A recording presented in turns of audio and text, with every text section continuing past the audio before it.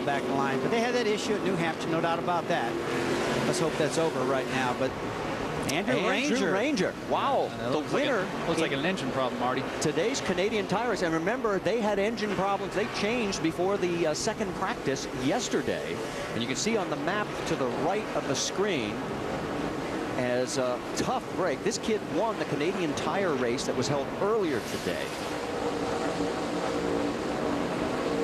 Yeah, just blows up right there and lost an engine. He lost an engine when we first got here, guys. We walked in, both of us did, and we're talking to Andrew. So what happened? It blew an engine. It looks like a second engine has failed on this Dodge right now. Real disappointment. And that was it. Away, trouble. 1, 2 cars. It's Standridge who goes spinning. And he may have gone by himself. Just as they came off turn number 2, it looked like the back end came around on Billy Standridge. What a terrible break for Sterling Marlin. Everybody else is running right now. Good break for Sterling Marlin. He's not going to lose. He's back out. He's back out. Everybody else will come in under cost. Kind of go from dirt to asphalt and back to dirt in their latter career. It was a lot of fun. I'll tell you a funny story. I watched Jeff Hammond race when I was a kid.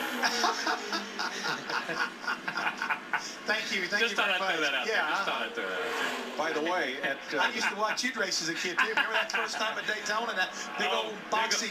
That was huge, man. Hey, did you see Walter at Yeah, Walter. Great move by Justin. Now, Joey Logano continues to drive back to the front. 14th already, Matt. That left front corner structurally sound, and they have repaired it with big one. Oh, my goodness. The 25 hit hard. That's Chris Cockrum. Gosh, that's a hard hit. Scary, scary moment coming off of turn 2.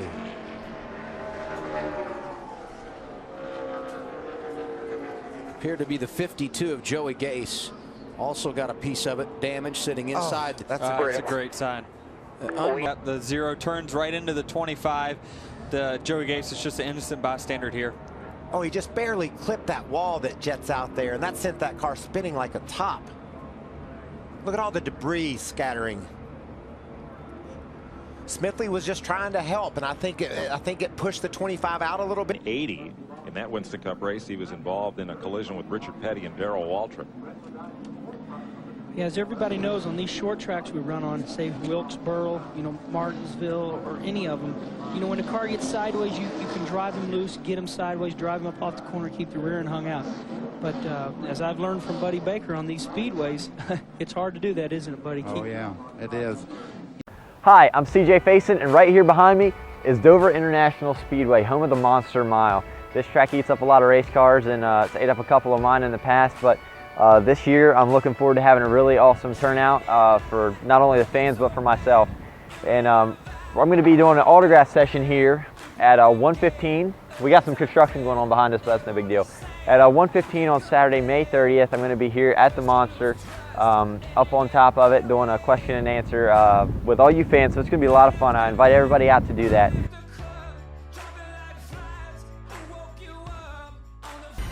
From another angle. And he says, man, this thing's going to hit hard. But there again, what choice do they have, Bob? If they go down and just run around the racetrack, they're not going to make it. He started 6th here today. Boy, Dillon wants to put that thing in there, but he just knows he can't quite make it. This is only his 3rd top 5 finish in the NASCAR Busch Series. White flag waving over Joe Bessey. Got about a 6-car length advantage over Randy LaJoie. Might have been the move of the race for Bessey. There you have it. And Mike Dillon gets to the inside of Sadler. This is for position for 4th spot. Steve Park trying to go by as well. Whoa, Park really had to get out of the gas. He almost got into the side of the 29. We'll give Mike Dillon 4th spot now on the last lap. Yep. Leaders coming out of turn 4. It looks like it's going to be Joe Bessey to the checkered flag. Bessey gets his first career win in the NASCAR Busch Series. His 112th career start. Previous best was a 3rd at Rockingham back in 1993. And a good run to the finish line. Steve Park may have gotten 5th spot away there. He may. 3rd here. This is what happens to Barry. Yeah, you can see the car just get loose and not able to turn. And really unfortunate. This young man had done an outstanding job all night long. I don't know if that came, if there was contact at some point. That could have easily been with that wild racing. And we've seen that recently in both series. Contact on these difficult restarts can mean a tire going down just a number of laps later. Hi, I'm Marc Goosens. I'm going to take you around here in one of the NASCAR Wheel and Euro Series cars around Zolder, the race here for the finals this weekend. This is the first corner, going to the left, using a lot of curbstone on the inside in third gear, accelerating hard up to the next corner. This is going to be actually one very long corner, but it looks like 3 different corners. Third gear, trying to go hard on the power, accelerate flat out, no lifting here, obviously some traffic ahead there. So a little bit easier on this corner, still in third gear, taking a little bit more of a tight line, passing car. 3 years apart, whatever it is.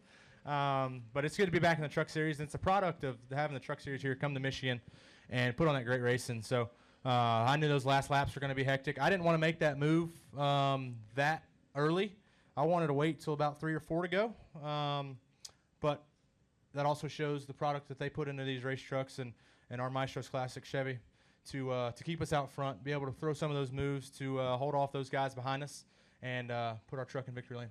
Shane, how much confidence did you have in Bubba there in those closing few laps, knowing who he had behind the wheel? Well, I mean, obviously we got a great talent behind the wheel, and you know this race is a little bit like a speedway race. We dominated it last year with Timothy Peters, and honestly lost it kind of the same way we won it today. Now, one driver who gained a lot on that round of pit stops was Tim Steele, who's driving the Davey Allison Racing Ford number 28, the Mac Gould Haviland car. He was 20th when he came in. Now he's 11th. And here he comes into car number 28 as Rodney Combs goes back down the inside, making it 3 abreast going into the turn, and he spins. He gets tapped. Tim Steele in the Davey Allison car got tapped in that bunch of cars running together and spins around, hits the outside wall, and here's was it the car number 1 of Rodney Combs up there? His car is white. That was up ahead of him, and he spun as well, so the caution is out again. And once again, the caution flag flies. Here is the car number 8, the Baby Ruth Ford Thunderbird. That is Jeff Burton. So the younger brother of Ward is not the car number 1 of Rodney Combs. It was making a move there on the restart.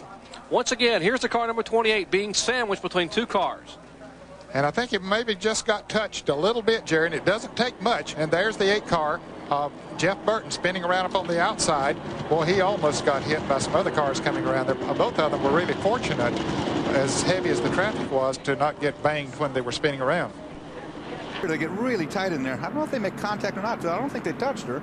Yes. I think she got down on the apron and trying to get out of the way. Yeah, she was doing her best to get out of the way. She was really trying to be very conscious of the fact that they were there, but she probably didn't realize they were going to be side by side beside her. Dennis was trying to get by Brendan Gaughan for a second. You see him right here. That's Dennis, the Axiom Chevrolet, number 46 in the middle.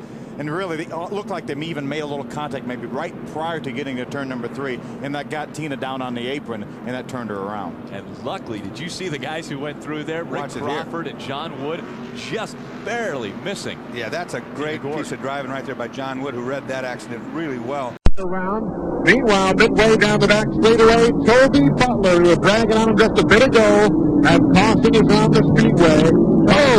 Oh my! He was trying to get him to Rick McCray and Butler, Tobey's truck. Engage your flames.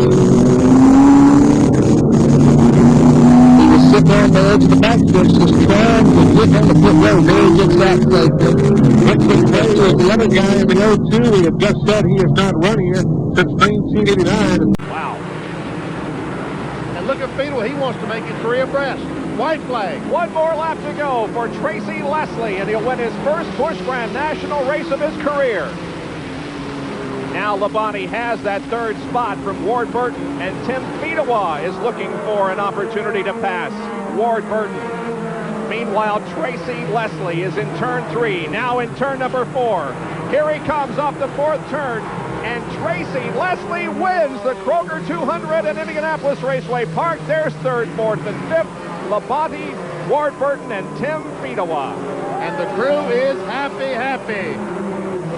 It's been an unbelievable race here tonight, and the winner is Tracy Leslie. We'll be back to talk with him in a moment.